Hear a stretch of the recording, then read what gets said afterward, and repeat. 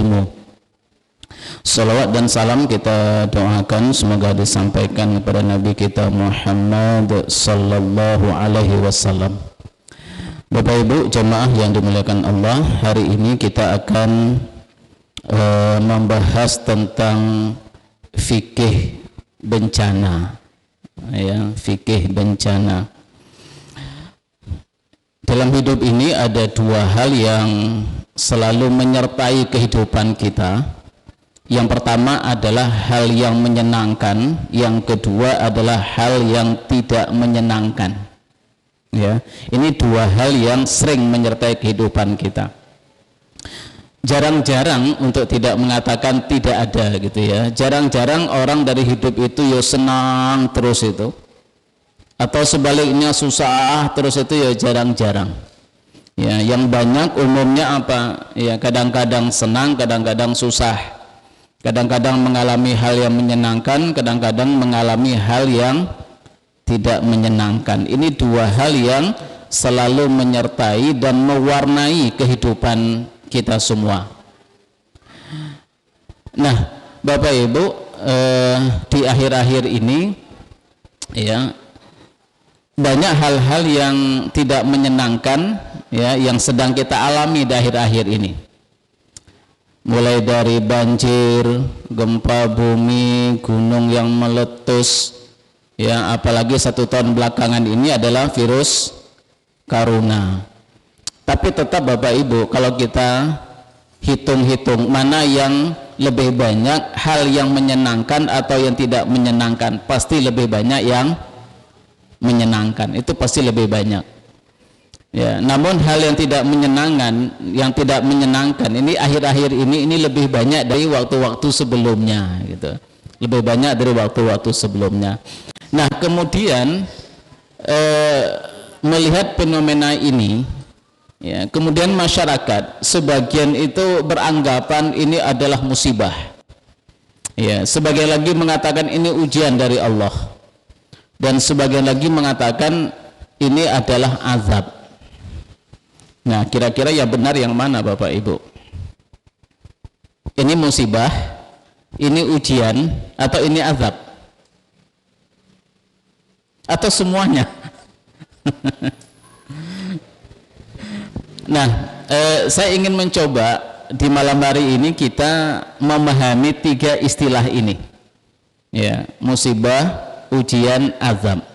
Karena apa? Ini penting kita pahami, karena kalau kita salah dalam memaknai, maka kita juga akan salah dalam bersikap atau mensikapinya. Ya, salah dalam memahami, maka akan salah dalam mensikapi. Ya, misalnya kita bertemu dengan seseorang, lalu kemudian dia tersenyum melihat kita. Itu kalau salah dalam memahami senyumnya, itu sikapnya juga akan salah, Pak. Nah, panjenengan misalnya ketemu, mohon maaf, ketemu misalnya ada ibu-ibu gitu senyum, itu bisa saja geeran itu nanti, kena salah paham gitu kan. Ya. Padahal memang tipe ibu itu ibu yang suka senyum begitu. Atau ada orang yang senyum kepada kita, mungkin kita salah paham, ini kayaknya ngenyek ini ya, itu kan dikira ngenyek gitu. Kita akan salah dalam bersikap. Maka memaknai sesuatu itu penting Bapak Ibu. Salah memaknai, salah mensikapi. Nah, termasuk hal-hal yang tidak menyenangkan yang kita alami. Ya. Baik yang berkaitan dengan hal-hal yang tidak menyenangkan secara individu pada diri kita atau secara makro. Mungkin di sebuah wilayah, sebuah komunitas gitu. Itu kalau kita salah memahaminya, maka kita juga akan salah mensikapinya. Maka ini harus hati-hati. Nah, saya ingin mencoba kita semua malam hari ini berdiskusi untuk memahami 3 istilah itu, musibah, ujian, azab. Saya akan melihat nanti dari beberapa ayat Al-Quran yang menggunakan istilah musibah, ujian, dan azab itu.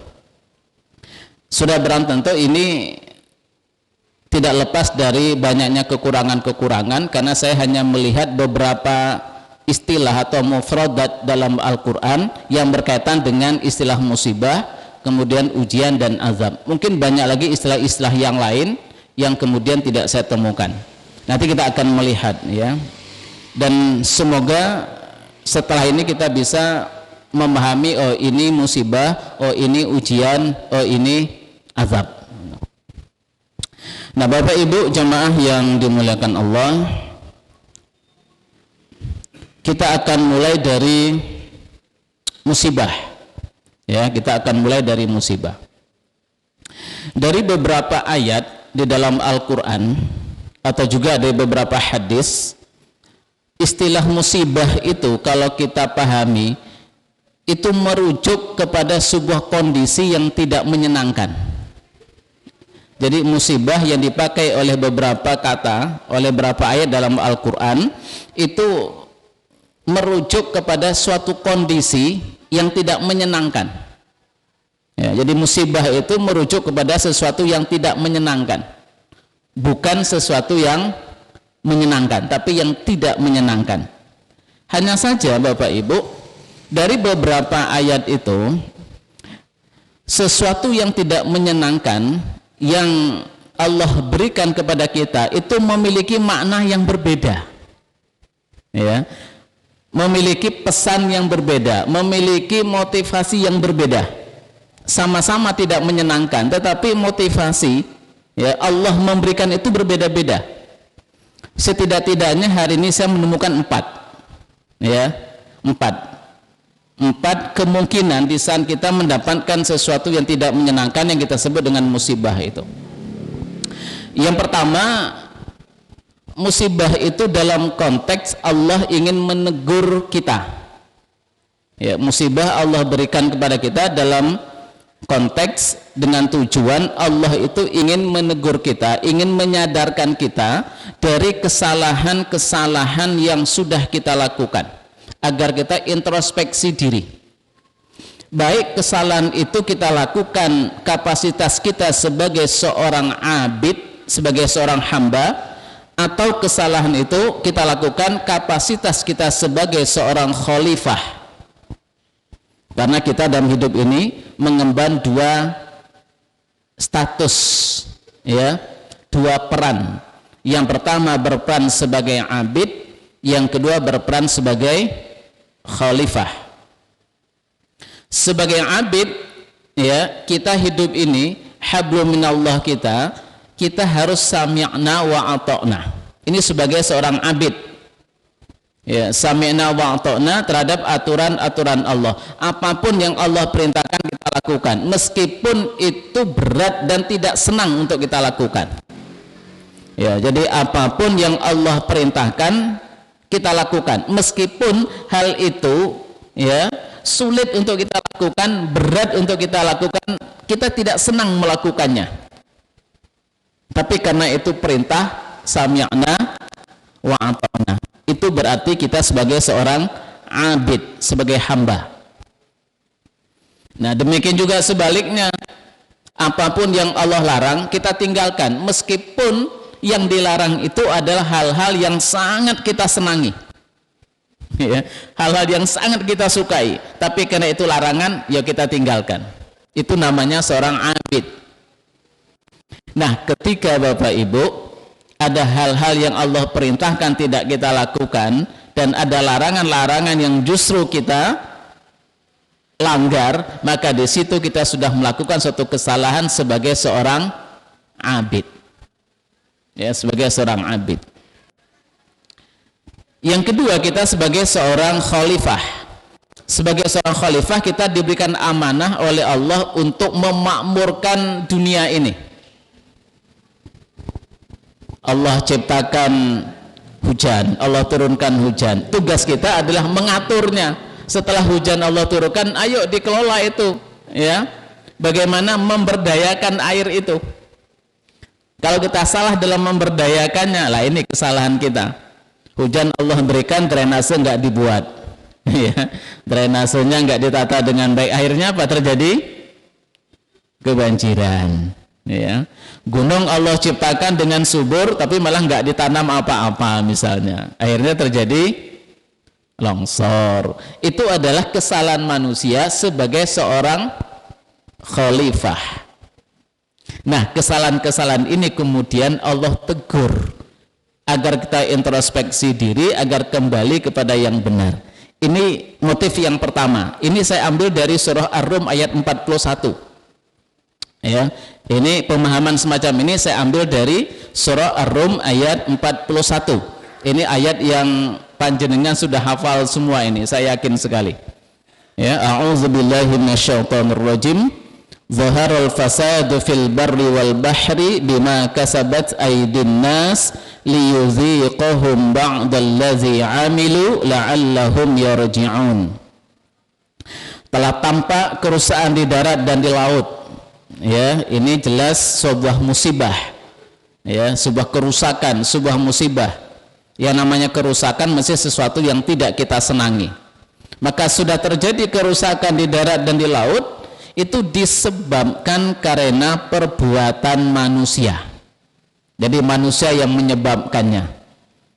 Kenapa Allah berikan musibah itu? Supaya Allah merasakan kepada mereka sebahagian dari akibat perbuatan mereka. Jadi Allah ingin kita ini merasakan, ya, merasakan akibat dari kesalahan yang kita lakukan. Ini loh akibatnya, kata Allah. Rasakan itu. Nah, setelah kita merasakan itu, diharapkan kita kemudian sadar, introspeksi diri, kemudian meninggalkan kesalahan itu, kembali kepada yang benar. Inginnya Allah tuh begitu, Bapak Ibu. Nah, maka ayat yang berikutnya setelah liyuziqahum ba'dallazi 'amilu la'allahum yarji'un. Semoga kemudian kamu kembali kepada yang benar. Dari kesalahan tadi ditinggalkan, ya, setelah dirasakan kemudian kembali yang benar. Ini saya pahami dari surah Ar-Rum, ya, bahwa hal yang tidak menyenangkan itu Allah berikan kepada kita itu sebagai akibat dari kesalahan yang kita lakukan, agar kita merasakan akibat dari kesalahan kita itu. Diharapkan setelah itu kita meninggalkan kesalahan itu, kembali kepada yang benar. Ini motivasi yang pertama, Allah berikan musibah. Kira-kira ini positif maupun negatif, Bapak Ibu? Allah berikan musibah dalam konteks ini, musibah itu bermakna positif apa negatif? Positif, nggih. Nah, maksud saya kita sikapi secara positif gitu. Jangan putus asa, jangan kemudian menganggap Allah tidak adil segala macam. Bisa saja ini adalah untuk kebaikan kita. Allah ingin kita itu sadar gitu. Ini yang pertama. Ya. Nah, yang kedua, di samping ya Allah ingin kita kembali kepada yang benar, maka Allah berikan musibah itu juga dalam rangka Allah ingin memberikan ampunannya kepada kita. Allah ingin memberikan ampunannya kepada kita. Kita sadar, kita kembali pada yang benar, terus kemudian Allah akan mengampuni dosa-dosa itu. Itu bisa kita lihat dalam surah Asy-Syura ayat 30. Ya, Quran surah Asy-Syura ayat 30. Wa ma asabakum min musibatin fabima kasabat aydikum wa ya'fu an katsir. Dan musibah yang menimpa kamu, ini Allah langsung menyebut kata-kata musibah, dan musibah yang menimpa kamu maka itu disebabkan oleh perbuatan tanganmu sendiri. Sama dengan yang tadi ya, musibah disebabkan oleh perbuatan manusia itu sendiri. Dan Allah memaafkan sebagian besar dari kesalahan-kesalahanmu itu. Nah, jadi Allah berikan kita musibah karena kasih sayang Allah, karena Allah ingin memaafkan. Maka Bapak Ibu, banyak orang-orang yang ketika akan meninggal sakit dulu, Pak. Ya, yang mau meninggal sakit terlebih dahulu. Sakit itu pasti nggak menyenangkan, Pak. Sakit itu pasti tidak menyenangkan. Tetapi itu caranya Allah mengampuni dosa-dosanya, sehingga setelah dosanya habis lalu Allah panggil. Maka Allah memanggilnya dalam keadaan bersih dari dosa. Malah yang kita khawatirkan itu, Pak, kalau nanti kita meninggal tanpa sakit terlebih dahulu, malah kita khawatir itu. Kecuali orang-orang yang memang sudah banyak istighfar, sudah diampuni dosa-dosanya, sehingga ya Allah memanggilnya dengan sangat mudah. Ya. Dalam waktu yang singkat Allah panggil. Tidak terlalu lama mensucikan dosanya. Kenapa? Karena dosanya sudah dia bersihkan, Pak. Sudah dibersihkan dengan perbanyak istighfar, sudah dibersihkan dengan banyak sedekah, ya, sudah dibersihkan dengan banyak amal-amal soleh. Wa atmi sayyi'atal hasanata tamhuha. Ikutilah yang buruk dengan yang baik, maka yang baik akan menutupi, menghapus yang buruk itu. Ya, setiap kebaikan itu menghapus dosa. Nah, orang-orang yang memang dalam kehidupannya banyak ya melakukan aktivitas-aktivitas ibadah yang sifatnya menghapus dosa, maka insya Allah Allah tidak lagi membersihkannya karena sudah bersih dengan sendirinya. Nah, tapi orang-orang yang masih banyak dosanya karena rahmat kasih sayang Allah, kemudian Allah sakitkan terlebih dahulu, kemudian dengan sakit itu Allah ampuni dosanya, terus kemudian setelah selesai semua, bersih semua, Allah panggil. Panjenengan besok mau meninggal, mau sakit dulu apa pembuatan, Pak? Mau sakit dulu apa pembuatan? Ya, kadang-kadang kan orang kalau ada yang meninggal, wah itu azab Allah, padahal itu kasih sayang Allah, ingin membersihkannya dulu gitu ya, membersihkannya dulu gitu.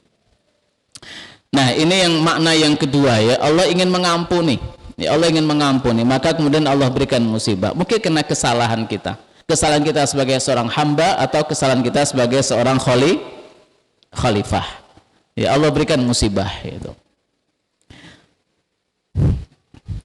Nah, termasuk hadis sahih Bukhari dan Muslim juga begitu ya, sampai kaki tertusuk duri ya. Kalau sekarang itu jarang-jarang ya Pak ya, kaki tertusuk duri, tapi Wonogiri masih sering mungkin ya. Ya, mungkin sekarang kesandung batu atau kena paku pripun gitu ya. Ya, pokoknya sakit sedikit pun itu adalah akan menghapus dosa-dosa kita. Nah, kemudian yang ketiga, musibah dalam makna yang ketiga. Kalau yang kedua tadi Pak, 1 dan 2 ini Allah berikan karena kesalahan kita, karena kita salah. Tapi yang ketiga ini bukan karena kesalahan, tapi karena kesolehan. Musibah itu Allah berikan karena kesolehan kita, bukan karena kesalahan. Justru karena kesolehan. Karena kita soleh, bukan karena salah. Mirip nggih Pak nggih? Salah, soleh. Nah, ini kalau yang dua tadi karena salah, tapi yang ketiga ini karena soleh. Loh, kenapa Allah berikan musibah? Allah ingin mengangkat derajatnya. Allah ingin memasukkan dia ke dalam golongan hambanya yang lebih tinggi lagi. Ingin dimasukkan dalam golongan hambanya yang sabar, ingin dimasukkan dalam golongan hambanya yang ikhlas. Bapak Ibu, untuk bisa mendapatkan sertifikat sabar dan ikhlas itu harus diuji, Pak. Ya, tidak mudah kita itu mendapat predikat sabar dan ikhlas sebelum ada ujian. Dan ujian sabar dan ikhlas itu ada sesuatu yang tidak menyenangkan. Kalau hal yang menyenangkan semuanya ikhlas, Pak. Panjenengan gajinya naik, ikhlas napa mboten? Itu bukan ujian keikhlasan, itu ujian syukur gitu. Panjenengan gajinya dikurangi 50%, ikhlas napa mboten?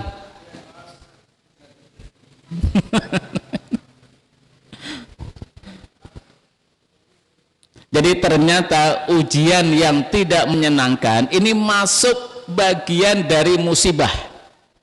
Ya. Ujian yang tidak menyenangkan itu masuk bagian dari musibah. Tetapi tidak semua ujian itu dikatakan musibah. Saya ulangi lagi nggih. Ujian yang tidak menyenangkan itu masuk kategori musibah, tetapi tidak semua ujian dikatakan musibah. Karena apa? Karena ujian itu ada ujian yang menyenangkan, ada ujian yang sifatnya tidak menyenangkan. Nah, ujian yang masuk kategori musibah adalah ujian yang sifatnya tidak menyenangkan. Ini musibah. Ya, ujian yang tidak menyenangkan itu masuk kategori musibah dalam rangka Allah menguji kita. Nah, pemahaman ini saya ambil di surah Al-Baqarah ayat 155 156. Ya. Di sana Allah mengatakan walanabluwannakum bisyai'im minal khaufi wal ju' wa naqsim minal amwali wal anfusi wath thamarat wa basyiris sabirin. Dan sungguh akan kami beri ujian kepadamu. Ya, kami beri ujian kata Allah. Ya, kepadamu. Apa bentuk ujian itu? Ada rasa takut, ada rasa lapar, kekurangan harta, kekurangan jiwa, kekurangan buah-buahan. Ya, ini sering kita alami, Pak. Hari ini kita diuji dengan rasa takut, ya kan? Panjenengan pakai masker semua kan kena takut. Nggih, Pak, nggih. Saya bawa masker tuh karena takut ini. Takut terkena virus corona, kita rasa takut. Ya. Terus kemudian kelaparan. Jangan pernah diuji dengan kelaparan, Pak? Sering, Pak. Sebulan dalam 1 tahun. Bulan Ramadan. Jangan puasa kelaparan apa mboten? Itu ujian, Pak, itu. Jangan kita bayangkan ujian kelaparan itu orang-orang miskin, enggak, semua orang diuji dengan kelaparan, yaitu dengan kewajiban berpuasa itu diuji kelaparan. Ya, kita diuji dengan kelaparan, apalagi yang biasa makan 3 kali sehari pas Ramadan itu ya mumet, Pak, itu. Wah, utangku, wah macam-macam lah gitu ya. Itu diuji dengan kelaparan. Kekurangan harta lah, hari ini banyak ini orang diuji dengan kekurangan harta. Ya, pedagang-pedagang banyak yang gulung tikar, Pak, hari ini. Apalagi yang saya lihat di daerah kampus saya di sana itu, kalau ketika kuliahnya masih aktif offline, Pak, itu kampus itu masuk jejeran yang jualan, Pak. Sekarang sudah nggak ada. Karena apa? Karena mahasiswanya nggak ada yang ke kampus. Pas sudah kadung hutang, Pak, itu. Dia kadung hutang. Iya. Kekurangan harta, ada gajinya yang dikurangi dan seterusnya. Kekurangan jiwa, ada saudaranya yang meninggal, ya, atau temannya atau keluarganya yang meninggal. Nah, itu semua, ya, itu semua adalah Allah ingin menguji kita agar kita menjadi hambanya yang sabar dan ikhlas. Makanya ayat berikutnya mengatakan wabasyiris sabirin. Berilah kabar gembira kepada orang-orang yang sabar terhadap ujian ini. Nah, kemudian ayat berikutnya alladzina idza asabathum musibah, yaitu orang yang sabar itu orang-orang yang ketika ditimpa musibah. Nah, musibah Allah katakan di sini. Padahal ini konteksnya konteks ujian tadi. Ujian yang tidak menyenangkan tadi Allah katakan musibah. Berarti ujian yang tidak menyenangkan itu masuk kategori musibah. Karena Allah katakan musibah di sini. Maka orang-orang yang ditimpa hal-hal yang tidak menyenangkan ini tadi, maka dia dikatakan ditimpa musibah. Dan orang yang sabar dalam ketika menerima musibah itu, dia akan sadar itu semuanya dari Allah, akan kembali kepada Allah. Itu semuanya karena Allah. Pasrah, ya, ikhlas. Jadi mana inna lillahi wa inna ilaihi raji'un itu ikhlas, Pak. Itu ikhlas. Udahlah, itu semuanya karena Allah. Ya, ikhlas. Jadi bisa saja ya kita ditimpa musibah dengan yang tidak menyenangkan, itu adalah karena Allah ingin mengangkat derajat kita, karena Allah ingin memberikan kesempatan pada kita untuk bisa menjadi hambanya yang ikhlas dan sabar. Berarti ujian yang tidak menyenangkan ini adalah terjadi kepada orang yang soleh. Orang yang soleh, Pak. Ya, jadi jangan dikira, Pak, orang soleh itu nggak sakit, jangan dikira. Orang yang nggak soleh yang sakit, orang yang soleh juga sakit. Cuman motivasi Allah memberikan sakit itu yang berbeda. Bisa saja sakit Allah berikan karena keteledorannya. Malam-malam nggak tidur, lelean, siang juga nggak tidur, terus kemudian flu. Nah, itu karena teguran itu. Itu yang pertama, Pak. Musibah juga, batuk, flu. Tapi karena kesalahannya dia, karena apa? Karena hak matanya nggak dia beri. Allah katakan wali ainika alaika haqqun wali batnika alaika haqqun. Ya, mata kita punya hak, perut kita punya hak.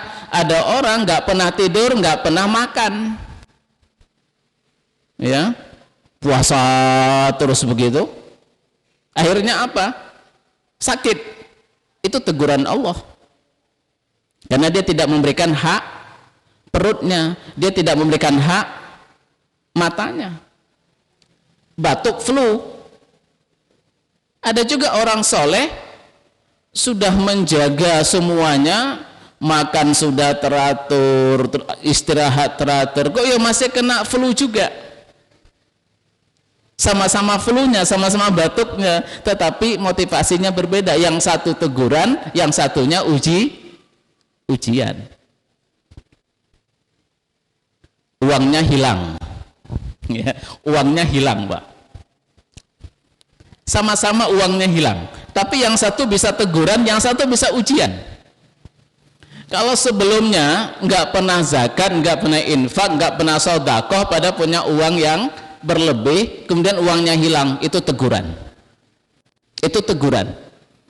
Uangnya banyak tapi nggak pernah sedekah, nggak pernah infak, nggak pernah sedekah, nggak pernah zakat, ya, uangnya hilang, itu teguran. Tetapi kalau orang itu rajin zakat, rajin infak, rajin sedekah, berbuat baik kepada banyak orang, tiba-tiba uangnya hilang, itu berarti ujian. Itu berarti ujian. Sama-sama hilang uangnya, tapi kapasitasnya berbeda, Pak. Ya, panjenengan ingin hilang uang karena ditegur apa karena diuji? Enggak, dua-duanya, ya. Nggak mau uangnya hilang gitu ya. Mbok yang diuji jangan itulah gitu ya, ujian yang lain saja, nggak usah ujian hilang uang gitu. Nah, jadi kapasitasnya berbeda, Pak. Ya, jadi sama-sama hilang uangnya, tetapi kapasitasnya berbeda. Yang satu teguran, yang satu ujian. Gitu. Nah, kira-kira Bapak Ibu, 1, 2, 3 tadi, musibah ini positif apa negatif? Teguran, biar kembali pada yang benar, mau diampuni dosanya, diuji biar masuk kategori orang yang sabar dan ikhlas. Positif apa negatif? Positif semua, Pak, ini. Ya. Kemudian kita lihat yang keempat. Yang keempat, bisa juga Allah memberikan musibah kepada kita itu bukan karena kesolehan, bukan karena kesalahan, tetapi karena kasih sayang Allah. Allah ingin menyelamatkan kita, ya, ingin menyelamatkan kita dari mudarat yang lebih besar. Allah beri musibah tapi dalam rangka untuk menyelamatkan kita dari mudarat yang lebih besar. Kita bisa lihat dalam surah Al-Baqarah 216, wa asa an takrahu syai'an wa huwa khairul lakum wa asa an tuhibbu syai'an wa huwa syarrul lakum wallahu ya'lamu wa antum la ta'lamun. Kata Allah, bisa jadi apa yang tidak kau senangi tapi itu untuk kebaikanmu, kata Allah. Ya, hal yang tidak menyenangkan yang kuberikan kepadamu itu adalah untuk kebaikanmu, baik bagimu, khairul lakum.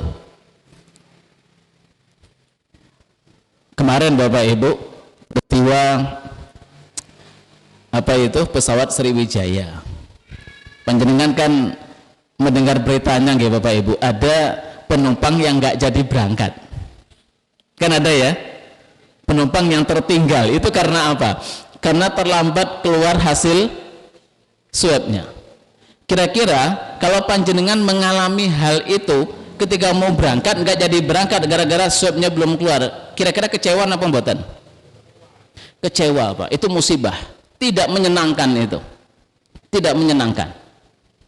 Meskipun uangnya kembali, ya, tapi tidak menyenangkan. Tiba-tiba dapat berita bahwa pesawat yang ingin dia tumpah itu ternyata kemudian mengalami kecelakaan. Disitulah kita sadar, ya Allah, ternyata ini caramu menyelamatkanku dari musibah yang lebih besar, dari mudarat yang lebih besar. Tidak menyenangkan, tapi itu demi untuk kebaikan kita. Saya kemarin Jumat itu diuji juga oleh Allah ini. Jadi memang beratnya kalau menyampaikan materi itu Pak, pasti diuji Pak itu. Ya, kadang-kadang materi terlalu berat itu kadang takut Pak, nanti pasti ke kita kena itu. Saya kemarin mau Jumatan, kena agak jauh itu, saya cari kunci mobil saya, nggak ketemu Pak, nggak ketemu. Waduh, tempat biasa nggak ketemu, anak sudah nyari, istri juga nyari, saya juga nyari, nggak ketemu Pak itu kuncinya itu. Akhirnya apa? Saya pakai motor. Dalam perjalanan baru saya sadar, ternyata jalan tuh macet Pak. Saya baru sadar, ya Allah, seumpama kunci mobil itu tidak hilang, saya berangkat pakai mobil pasti bisa dipastikan nggak nyampe pas waktunya. Saya pakai motor sampai di sana, salat sunnah tahiyatul masjid, langsung masuk waktu, naik. Pulang Pak, ternyata kunci mobil itu cementel di pintu rolling door itu, belum terambil di situ. Ya Allah, ini tuh kuncinya. Pulang ketemu langsung.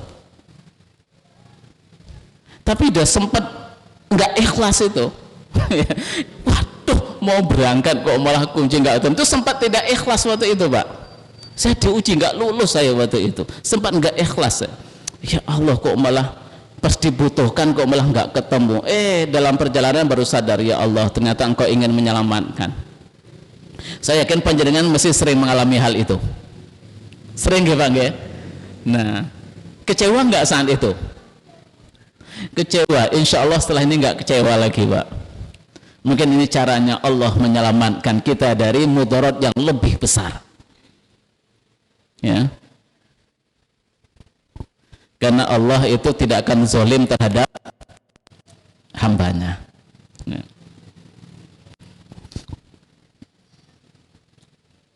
Nah ini kalau kita contoh-contoh tadi itu begitu Pak ya. Jadi sakit itu bisa saja mengandung teguran, bisa ujian, bisa rahmat. Sama-sama sakitnya itu. Ya, kalau sebelumnya itu tidak ada ikhtiar, tidak ada doa, nggak pernah ikhtiar, nggak pernah doa, sakit itu teguran. Tapi sudah ikhtiar, sudah doa kok yo sakit, itu berarti ujian.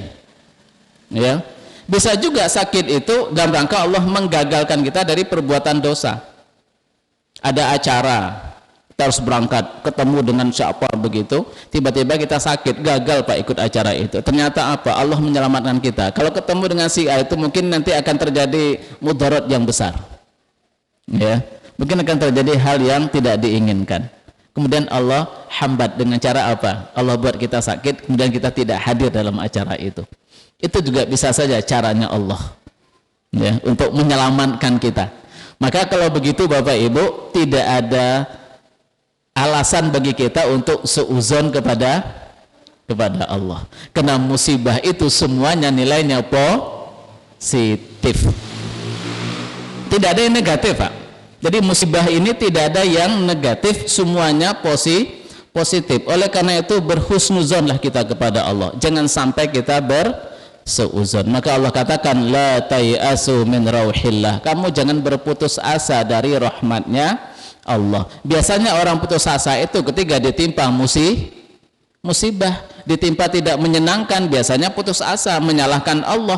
Maka oleh karena itu tidak usah salahkan Allah, enggak usah putus asa. Karena semua itu adalah untuk kebaikan kita. Nah ini ngomongnya gampang Pak, tapi udah kena juga kadang-kadang. Tapi setidak-tidaknya kita setelah ini ketika ditimpa hal yang tidak menyenangkan, kita berpikir, apa kesalahanku selama ini? Nah kita introspeksi dulu, apa yang telah kulakukan kok mendapatkan hal yang tidak menyenangkan ini. Ketika kita melihat kok rasanya tidak ada kesalahan yang dilakukan, justru akhir-akhir ini kita banyak melakukan kebaikan, tapi kok yo masih ditimpa musibah. Oh berarti ini adalah Allah menguji. Saya punya teman Pak, kemarin kejadiannya itu ada beberapa itu ya, orangnya ya Allah soleh, alim, ngurusin pondok tahfidz, ngurusin pengajian, ngurusin pondok tahfidz. Ya protokol kesehatan dijalani terus, terus tiba-tiba kena COVID, Pak. Kena COVID. Padahal dia orangnya sudah sangat-sangat menjaga prokes. Orangnya soleh, doa sudah, ikhtiar sudah. Kena COVID. COVID ini bukan tanpa gejala, tapi dengan bergejala. Jadi udah masuk ruang ICU, Pak. Merasakan, ya Allah, tolong didoakan, tolong nusgan. Terus kemudian alhamdulillah sembuh, Pak. Dia bilang gini, salah saya itu apa, Totat? Salah saya ini apa gitu? Wong saya itu sudah zikir, ya. Jadi a'udzubikalimatillahi tammati min syarri ma khalaq itu setiap hari dibaca. Ya, bismillahirrahmanirrahim la yadurru ma asmi syai'un fil ardi wala fis sam'i wa samiul alim. Dan setiap hari dibaca gitu. Ya, udah prokes, tapi kok yo saya masih terkena kayak gini katanya. Pada teman saya, tangga saya cuek gitu, tapi yo aman sampai hari ini gitu. Jawaban saya gampang, Pak. Apa jawaban saya? Karena panjenengan itu soleh, dia bilang gitu. Karena jenengan itu kesolehan jenengan itu luar biasa. Loh, kok bisa begitu? Iya, itu karena jenengan soleh, gitu bilang gitu. Loh, kok bisa soleh kok malah kena gitu? Karena Allah ingin menguji panjenengan, karena Allah ingin mengangkat derajatnya panjenengan, biar jenengan masuk kategori orang yang sabar dan ikhlas. Setelah saya sampai di situ, tenang, Pak, hatinya. Gitu, wah, saya sempat seuzon sama Allah. Sempat seuzon itu, Pak. Ya, sempat seuzon. Masa sudah begini kok yang masih kena gitu. Ya, jadi bisa saja itu karena kesolehan kita.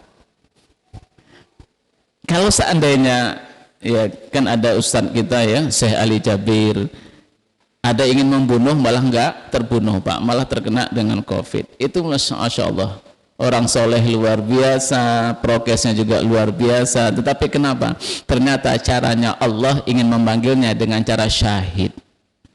Karena orang yang meninggal terkena wabah itu, Allah, Rasulullah katakan dia termasuk mati syahid. Ternyata caranya Allah ingin mewafatkan, ya, ingin mewafatkan para ulama melalui syahid. Maka jangan heran Bapak Ibu, sekarang banyak para ulama, para ustadz yang meninggal karena COVID ini. Banyak sekali yang meninggal dari semua kalangan, dari NU, Muhammadiyah, Salafi, ya, semuanya banyak sekali.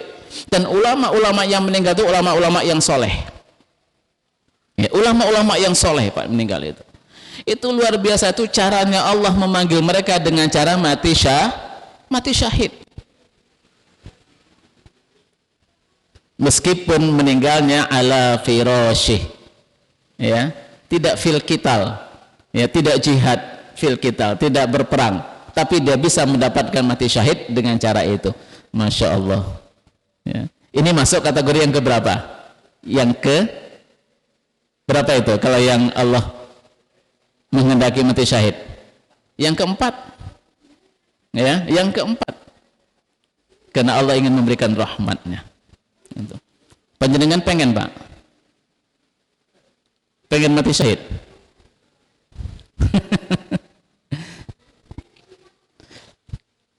Baik, itu coba apa? Musibah. Nah, sekarang ujian. Ya, sekarang kita masuk ujian. Ya. Ujian itu adalah sesuatu yang menyenangkan atau tidak menyenangkan. Jadi ujian itu bisa menyenangkan, bisa tidak menyenangkan, yang Allah berikan kepada hambanya yang beriman dengan tujuan untuk membuktikan keimanan itu. Bisa dalam bentuk ujian syukur, ujian sabar, ujian ikhlas, ujian istiqomah, ya, ujian qanaah, ujian zuhud, dan macam-macam. Semua kebaikan-kebaikan itu akan diuji oleh Allah. Panjenengan bisa lihat dalam surah Al-Ankabut ayat 2.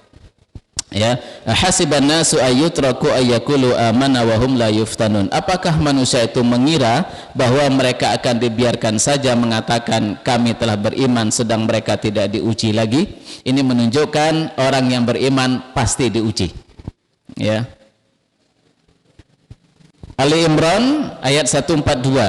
Apakah kamu mengira bahwa kamu akan masuk surga, padahal belum nyata bagi Allah orang-orang yang bersungguh-sungguh dan orang-orang yang sabar di antara kamu. Ya, jahadu itu bersungguh-sungguh, kalau dalam membela agama namanya jihad, kalau bersungguh-sungguh dalam ibadah namanya mujahadah, Kalau bersungguh-sungguh dalam mencari hukum-hukum Allah namanya ijtihad. Semua itu dari akar kata jahada. Cuman bidangnya beda. Kalau bersungguh-sungguhnya itu di medan perang namanya jihad. Orangnya namanya mujahid. Ya. Tapi kalau bersungguh-sungguh dalam ibadah, ya, bermunajat kepada Allah itu namanya mujahadah. Orang bermujahadah itu berarti dia ibadahnya serius, Pak. Tengah malam bangun, zikir, sholat, baca Quran, itu namanya mujahadah. Nah, sehingga ada beberapa golongan mujahadah itu menyendiri. Ya, menyendiri itu mujahadah. I'tikaf itu mujahadah, bersungguh-sungguh dalam beribadah. Nah, ada juga orang yang bersungguh-sungguh dalam mencari hukum Allah. Namanya apa? Ijtihad. Orangnya namanya mujtahid.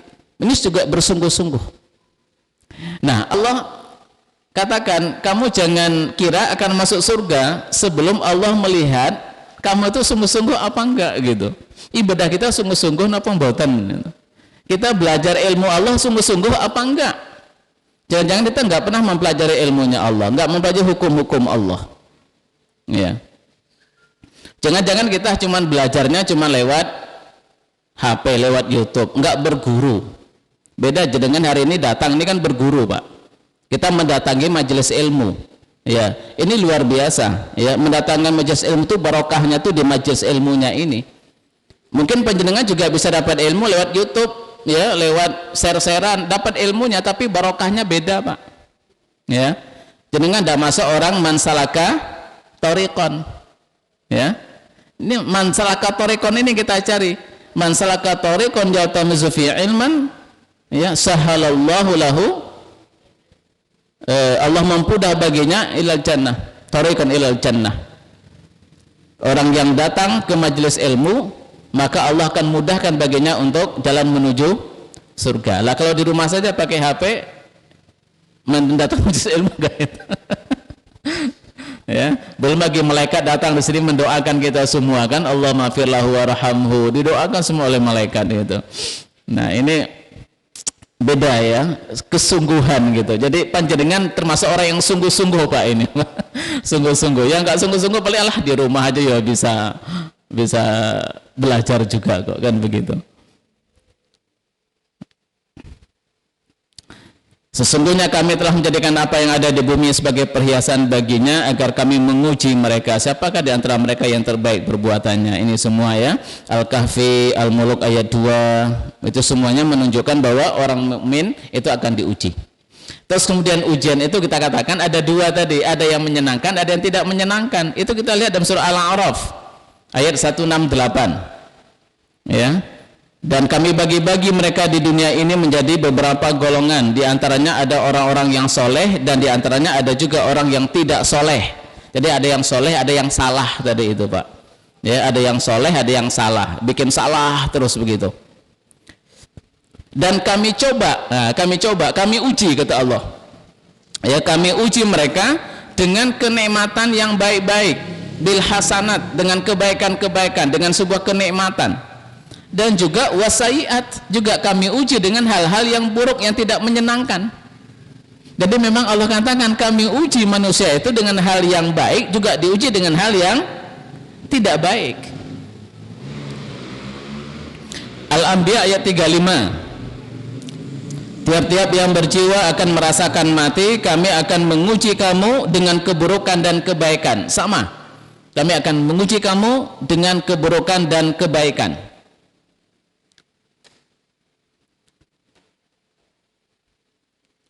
Adapun manusia apabila Tuhan yang mengujinya lalu memuliakannya dan diberikannya kesenangan, ini berarti ujian yang menyenangkan. Ya, Allah uji dalam bentuk kemuliaan, kita dimuliakan orang, dihormati orang, diberi nikmat yang banyak, kesenangan dalam hidup, diuji. Tetapi manusia ya di waktu itu geeran, Pak. Dia menganggap Allah telah memuliakannya, padahal dia sedang diuji. Nah, demikian juga yang tidak menyenangkan, adapun bila Tuhan yang mengujinya lalu membatasi rezekinya. Lah, ini tidak menyenangkan ini. Kalau yang tadi itu wa na'amahu, itu ditambah nikmat hidupnya, kalau ini enggak, dibatasi rezekinya. Tapi di saat itu manusia mengatakan Tuhan sudah membuat diriku hina, padahal dia sedang diuji. Nah, ini ujian yang sifatnya menyenangkan dan tidak menyenangkan. Kita tidak bisa memilih, Pak. Saya pengen yang tidak menyenangkan saja, nggak bisa, atau pengen yang menyenangkan juga tidak bisa. Ini sudah keadilan Allah. Kadang-kadang kita diuji dengan yang menyenangkan, kadang-kadang diuji dengan yang tidak menyenangkan. Kenapa Allah menguji kita dalam dua hal ini? Allah ingin memberikan kesempatan kepada kita, karena kemampuan kita beda-beda, Bapak Ibu. Ada orang yang kuat dalam ujian yang menyenangkan, tapi nggak kuat dalam ujian yang tidak menyenangkan. Tapi ada juga yang kuat menghadapi ujian yang tidak menyenangkan, ya, tapi tidak kuat dalam ujian yang menyenangkan. Ada orang yang bisa bersyukur tapi nggak bisa sabar dan ikhlas. Tapi ada orang yang bisa sabar dan ikhlas tapi nggak bisa bersyukur. Jadi banyak orang ketika hidupnya susah, orangnya itu soleh, tawadu, ramah. Tapi ketika dimuliakan hidupnya, nikmatnya banyak, jadi orang kaya, terus kemudian apa? Dia menjadi orang yang sombong. Ya, jadi ada orang ketika mendapat nikmat itu sombong. Ketika dia diberi sakit oleh Allah, dia tawadu, mendekat diri kepada Allah. Tapi ketika dia sehat, dia malah sombong. Maka Fir'aun itu kenapa dia sombong? Karena dia diberikan kenikmatan oleh Allah. Hartanya banyak, jabatannya tinggi, nggak pernah sakit. Akhirnya malah dia mengira dirinya sebagai Tuhan. Muncul kesombongan. Maka hati-hati Bapak Ibu. Ya, kesombong itu kadang-kadang juga dalam hal-hal yang kehidupan kita sehari-hari. Ada orang mengatakan, wah saya alhamdulillah sudah 2 tahun ini nggak pernah sakit. Sombong Pak itu. Alhamdulillah, tapi ya sombong, setelah itu malah sakit tuh nanti. Ya, jadi kita jaga kesombongan. Dan bahkan ya nyon sewu, ada juga orang yang mungkin hari ini dalam kasus COVID ini juga mungkin ada yang sombong bagi yang tidak terkena. Mungkin sombong, wah saya alhamdulillah tidak terkena COVID karena saya gini, itu juga termasuk. Ya, karena saya mengkonsumsi ini, karena saya ini, itu juga termasuk sombong. Dia melupakan Allah, pada semuanya itu selamat karena Allah itu.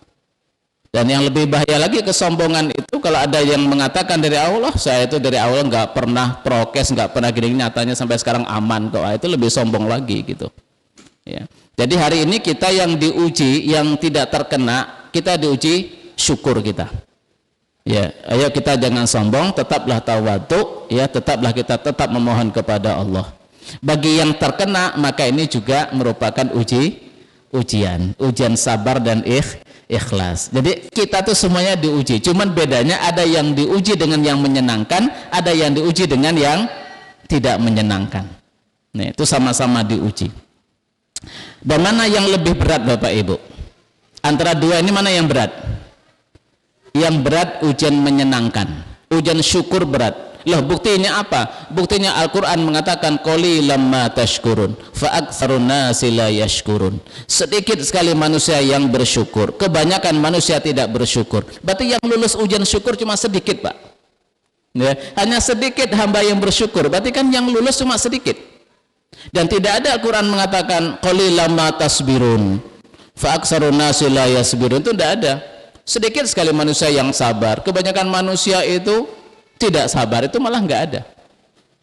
Dan memang dalam kenyataan hidup kita banyak orang yang mendekat kepada Allah itu di saat dia susah, dan ketika senang kemudian menjauh. Memang dalam kenyataan memang seperti itu. Ternyata ujian yang berat itu adalah ujian yang menyenangkan. Itu berat sebetulnya. Nah, ini yang kedua tentang ujian Bapak Ibu. Nah, yang ketiga ini azab, ya. Azab. Ini sudah bahaya ini. Azab itu apa? Azab itu sudah berbentuk siksa, yaitu sesuatu yang tidak menyenangkan yang menimpa manusia sebagai wujud dari kemarahan Allah karena kemaksiatan, kedurhakaan, kemungkaran, kezaliman dan kemusyrikan yang telah merajalela, ya, agar menjadi pelajaran bagi semua manusia. Jadi tidak hanya bagi yang terkena, tetapi juga bagi yang tidak terkena. Makanya Al-Quran itu menceritakan kisah-kisah zaman dahulu kisah kaum Fir'aun, kaum Ad, kaum Samud, kaum Lut, kaum Nuh. Itu kenapa Allah ceritakan dalam Al-Quran? Itu adalah untuk pelajaran bagi generasi-generasi sesudahnya, untuk dijadikan sebuah pelajaran. Itu udah azab Allah. Nah, cuman Bapak Ibu, azab itu tidak datang serta-merta, tidak sekonyong-konyong dapat azab, itu tidak. Jadi ada SOP-nya. Azab itu ada SOP-nya, Pak. Ya. Apa SOP-nya? Yang pertama, azab itu di situ pasti ada kemusyrikan. Kalau tidak kemusyrikan mungkin kezoliman. Kalau tidak kezoliman mungkin kedurhakaan. Ya. Kalau tidak kedurhakaan mungkin ada kemaksiatan yang sudah merajalela. Ini yang pertama. Dan saya menemukan banyak ayat yang mengkaitkan antara azab dengan 4 hal di atas. Ya, nanti panjenengan bisa lihat surah-surahnya, tidak saya baca satu persatu karena banyak sekali. Al-Anfal ayat 54, ya. Terus kemudian Al-Isra ayat 38. Ini bahkan saya hitamkan Bapak Ibu. Ini ada durhaka, lalu ada membinasakan. Jadi ada kedurhakaan, kemudian Allah membinasakan negeri itu. Ini ada membinasakan, lah ini hati-hati ini. Dan jika kami hendak membinasakan suatu negeri, maka kami perintahkan kepada orang-orang yang hidup mewah di negeri itu supaya mentaati Allah, tetapi mereka melakukan kedurhakaan di negeri itu. Bapak Ibu, di sebuah negeri, sebuah wilayah, kalau orang kaya melakukan kedurhakaan itu bahaya. Ya, kalau orang kaya, orang hidup mewah melakukan kedurhakaan itu bahaya. Azab Allah akan datang. Lalu kalau yang melakukan orang yang tidak hidup mewah bagaimana? Ya mungkin azabnya lebih lambat Allah datangkan. Ya. Jadi orang-orang yang tidak banyak mendapatkan kenikmatan dalam hidup ini, kalau orangnya tidak tahan itu mungkin masih dimaklumi gitu. Tapi orang-orang yang mendapatkan nikmat yang banyak kok durhaka, itu kebangetan. Itu kebangetan, berarti nggak bersyukur sama sekali. Maka berlaku la in syakartum la azidanakum wa la in kafartum inna azabila syadid. Jadi hati-hati kalau sudah orang kaya melakukan kemaksiatan, azab Allah datang. Ini surah Al-Isra ayat 16. Berapa banyak kota yang kami telah membinasakannya yang penduduknya dalam keadaan zolim. Jadi membinasakan zolim, ya. Nah, ini panjenengan bisa lihat nanti Ibrahim ayat 14, terus kemudian Al-Ahqaf 27, ini banyak sekali, ya. Banyak sekali saya menemukan kaitannya antara pembinasaan sebuah negeri, azab Allah dengan kedurhakaan manusia.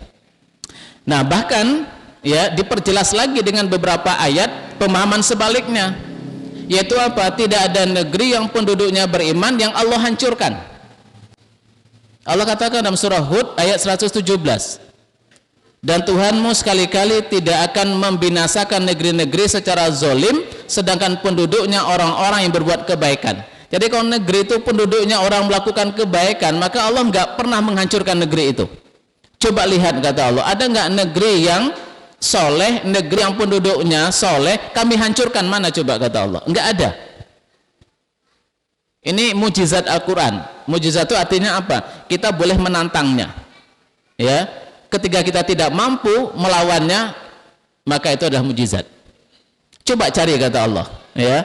Ini tantangan terbuka, ya. Coba kamu cari negeri yang kuhancurkan yang penduduknya soleh, kata Allah. Mana?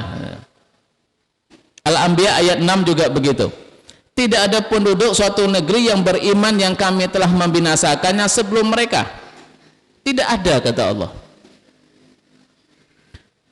Kaum Lut hancur, homoseksual, kan begitu, ya. Kaum Nuh, ya, juga seperti itu, kufurnya luar biasa. Kaum Samud, kaum Ad, ya. Terus kemudian kaumnya Nabi Musa, bagaimana Fir'aun, ya, bagaimana Qarun dan seterusnya. Nah, jadi tidak ada negeri yang soleh penduduknya kemudian kami hancurkan, itu tidak ada, kata Allah. Maka Bapak Ibu, kalau ada negeri di situ terjadi misalnya Rasul ada di situ, ya, terus kemudian ada hal yang tidak menyenangkan, itu bukan azab, itu adalah musibah. Dan Rasulullah mengalami musibah itu, maka Rasulullah pernah sholat istisqa. Rasulullah pernah sholat istisqa, artinya apa? Di zaman Rasulullah terjadi kemarau panjang. Tapi itu bukan azab, tapi itu musibah. Musibah dalam konteks apa? Mungkin ujian untuk para sahabat saat itu, mungkin ujian.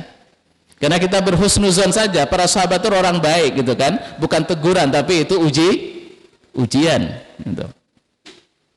Nah, yang kedua, SOP yang kedua, jadi yang pertama ada kemaksiatan, kezoliman, beberapa ayat tadi. Yang kedua, di negeri yang di situ ada kezoliman, kemusyrikan, kedurhakaan itu sudah diutus rasul di situ. Ada rasul, ada ulama di situ. Sudah diutus. Sebelum diutus, Allah belum akan menurunkan azab di negeri itu. Kita bisa lihat dalam surah Asy-Syu'ara ayat 208. Dan kami tidak membinasakan suatu negeri pun melainkan sesudah ada baginya orang-orang yang memberi peringatan. Kemudian surah Al-Qasas 59, dan tidak ada Tuhanmu membinasakan kota-kota sebelum dia mengutus di ibu kota itu seorang rasul yang membacakan ayat-ayat kami kepada mereka, dan tidak pernah pula kami membinasakan kota-kota kecuali penduduknya dalam keadaan melakukan kezoliman. Jadi Bapak Ibu, ya, kalau negeri yang zalim, rasul belum ada di situ, azab belum datang. Tapi kalau ada negeri yang zalim, maksiat, musyrik, rasul sudah datang, kemudian rasul didustakan, ya, maka azab akan datang. Maka jangan heran kalau di wilayah kita Indonesia, ya, negeri-negeri yang wilayah-wilayah yang itu ulamanya belum ada di situ, aman Pak.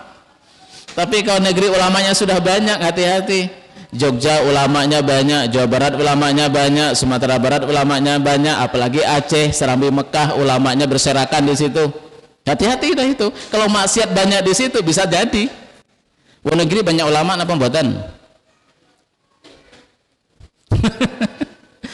Wonogiri banyak ulama, banyak ustadz. Nah, kalau ada kemaksiat merajalela, ustadznya udah ngomong, tapi kok enggak didengar omongan ustadz, hati-hati udah.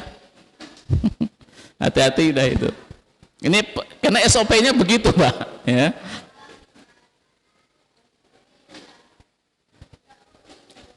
Nah, yang ketiga SOP-nya.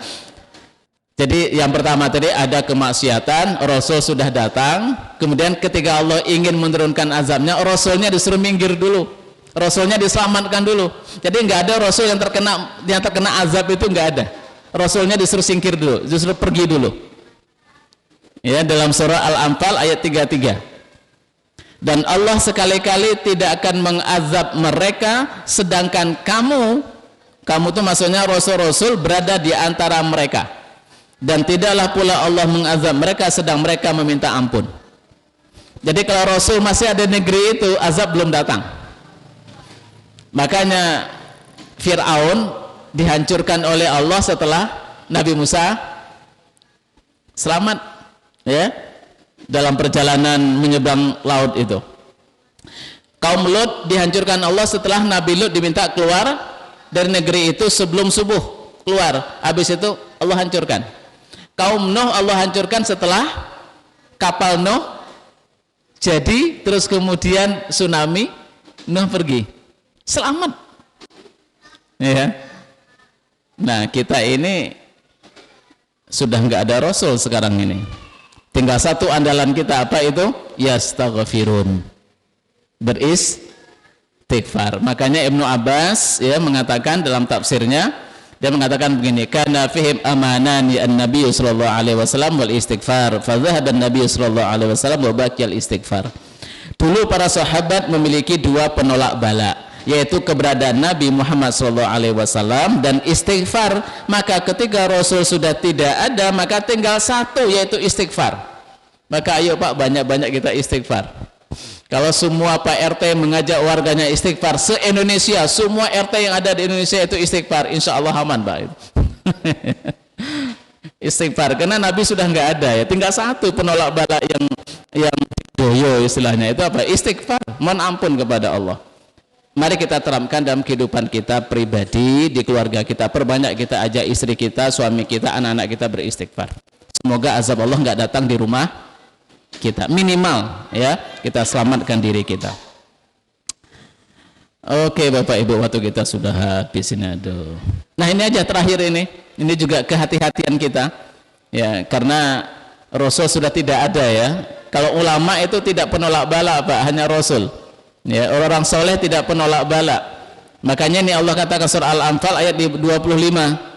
Ya, wattaqu fitnatan la tusibanna alladzina zalamu minkum khassah wa'lamu annallaha syadidul 'iqab.